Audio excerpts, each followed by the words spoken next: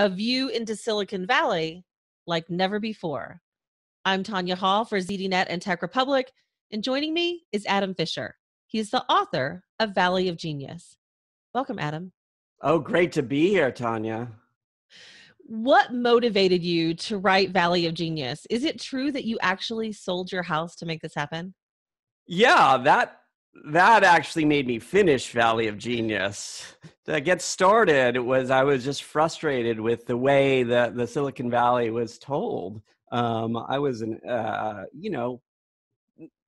what I was reading didn't square with my experience as someone who grew up in Silicon Valley, programming computers and like playing with like little electronics from Radio Shack. And so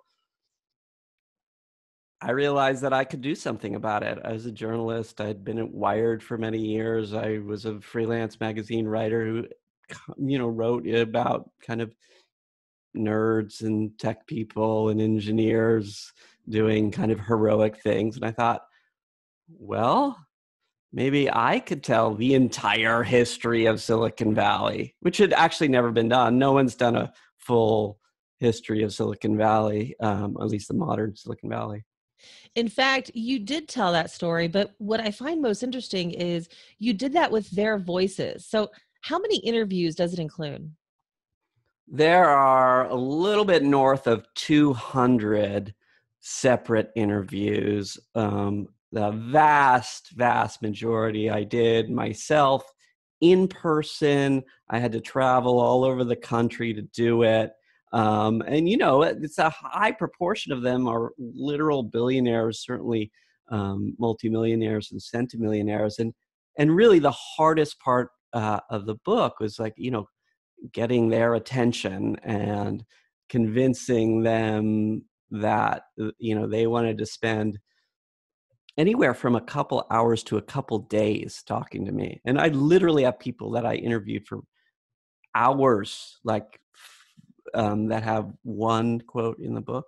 So gathering the material was just an insane kind of expensive shoe leather, just the actual work of knocking on doors and getting that raw material was tough. But to your point, I mean, you spend in some cases days with people who their attention is in high demand. So how did you get them to open up to you?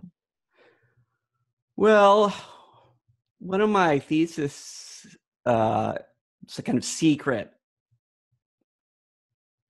theories about Silicon Valley is that it is different. It's structurally different than, say, New York City, another power center, which I was intimately familiar with because I, grew up as a journalist in Manhattan, where all the magazines are based. And I just said, it really is a more open society and more accepting of new people and new ideas. So I literally just wrote emails to people and said, hey, let me introduce myself. I've got this project that I hope you're interested in, can I interview you? And to be honest, Tonya, the fact that the book was called Valley of Genius, I think helped a lot. It's kind of like, they're like, oh, well, I'm a genius, I'll talk to you, whoever you are. But, that's a little cynical, but really an incredibly high proportion of people said yes. And there was almost nobody that I didn't get to interview that I wanted to interview. One of the things that your book illustrates is the change of intent, right? So what really meant to be one type of creative enterprise turned into something else. When did the culture of Silicon Valley go from invention to investment and all about the money? Well, the standard answer is in the kind of dot-com bubble of the late 2000s, and I was around then, and I saw the carpetbaggers and the get-rich-quickers type of people like flood in.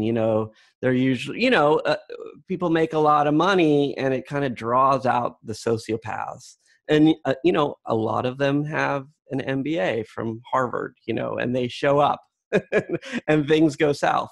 But what's really fascinating is if you look at the history more closely, every generation has its own kind of moment where it all went south.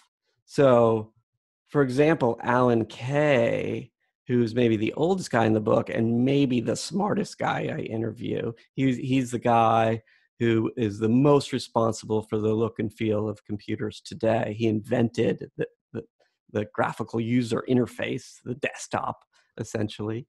He'll say it all went south when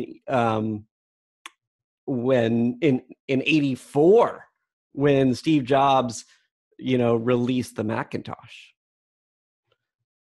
So, but people my age will say it all went south in 2000 when there too much money came in, and people younger than me will say, well, after the 23-year-old made $1 billion, I'm talking about Mark Zuckerberg, that's when all the crazy